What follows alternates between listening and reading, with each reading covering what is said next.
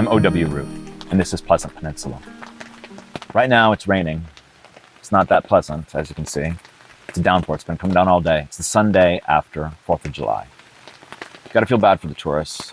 This is their last day here. Rained out. But it's not all bad. Saturday was beautiful. Bright, sunny, hot, perfect beach day. Friday was the same. It's absolutely gorgeous. Going home on a rainy day isn't the worst. You know, last week I talked about the problem of the way the tourists drive. I said they don't have patience, they honk at red lights, they try to rush when they shouldn't be rushing. You know, this week I want to talk about the wonderful thing about tourists. Friday, July 4th, I was walking downtown. Parade had just happened. Down by the water, there's live music. There was an ice cream social. There were people swimming on the beach. Tons of people out on the pier. I saw so many people, couples, families, single people, groups, grandparents, parents, and kids, all walking together, enjoying themselves. They were tourists. And it made me happy. It made me remember, in a certain sense, why people come here. People come here because it's beautiful. And right before sunset, it was just absolutely gorgeous down on Little Traverse Bay.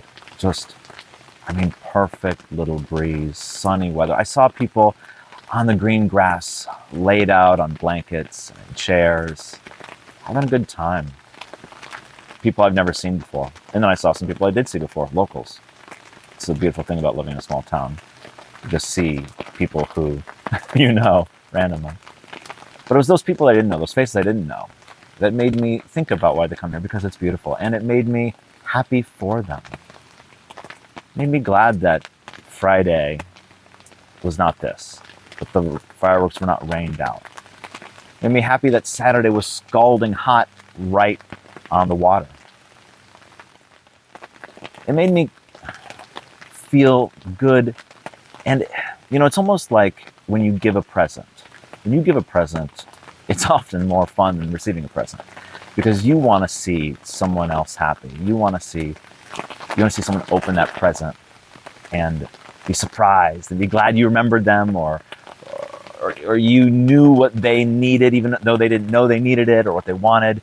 And you want to partake in that joy. Seeing their joy is almost more enjoyable than your joy, in a way. And in a really funny way, I felt that watching the tourists walk around smiling, enjoying their time here, knowing that they don't have it all year. This was their one weekend up north, maybe. And it reminded me that even though I'm aware of how beautiful it is here, maybe I should be even more aware. And what's it like to live like a tourist? Yeah, we give the tourists a hard time up here, but in a certain sense, maybe there's some sort of happiness and joy, and it's more special to you if you only experience it being up here once or twice every summer. Seeing that joy on their face made me want to almost recultivate that in myself. Is it possible when you're a local and not a tourist? I don't know. But it inspired me. I was glad to see them enjoying themselves. And I was glad that they had a great 4th of July. Yes, it's raining. It's the end of the weekend. But it's okay. It's better on Sunday than it is on Friday.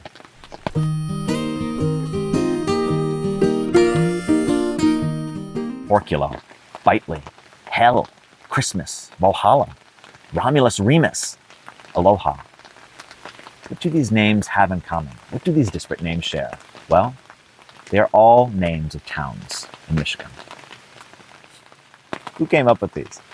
I've long been a student of weird town names in Michigan. I love to look at the map, find the name of a town, and just wonder, who was it? Who came up with that? Why did they come up with that? Why did they choose that name? With some names, like Romulus or Remus, the answer is clear. They were hoping for a grand story. So they wanted to give it a little juice at the beginning, start things off right, give some historical firepower.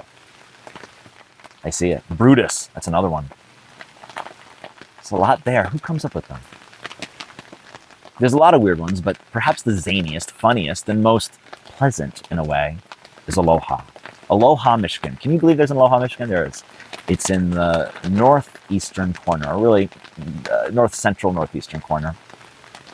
When I first heard of Aloha, I knew I had to visit Aloha. I had to find out what happens in Aloha. Why is it named Aloha? Does it live up to its name? So I went to Aloha. And what is in Aloha? Well, not much is in Aloha. There's a few houses in Aloha. Nice little cottages on Mullet Lake. There are a few streets. Waikiki Street, Vacation Land Street are two of them. The town planners leaned into the tropical theme, complementing the name Aloha. There's no stoplight, no traffic, no bank, no pharmacy, no Meijer, no Walmart.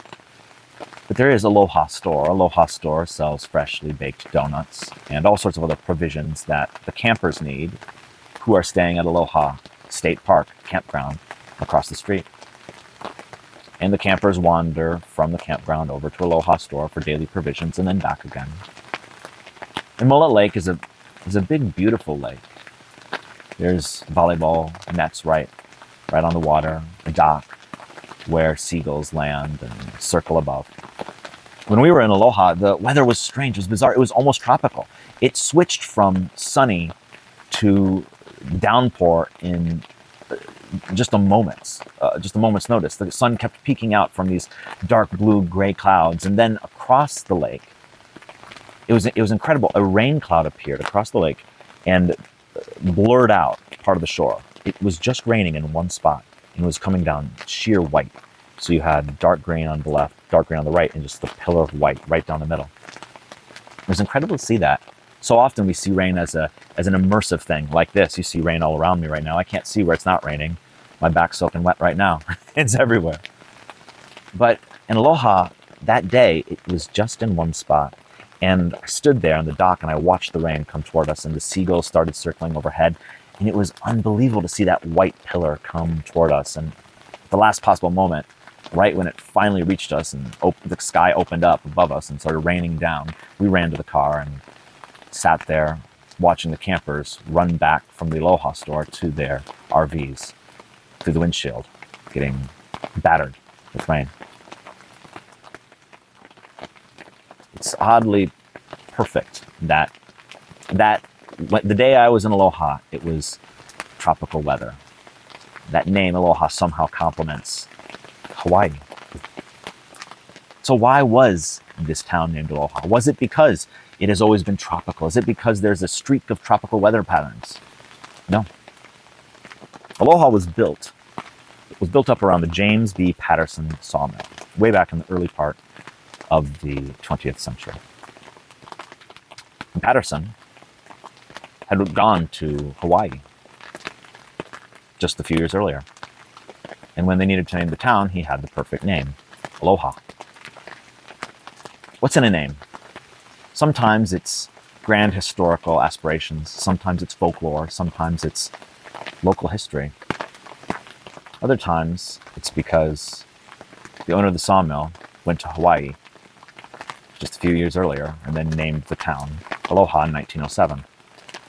And then oddly, somehow over the years, the name came to fit, or the town came to fit the name more than perhaps Patterson could have even anticipated.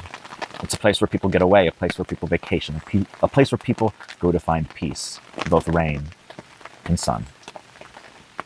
Aloha, Michigan. Go see it for yourself sometime. I'm O.W. Root from Michigan Enjoyer.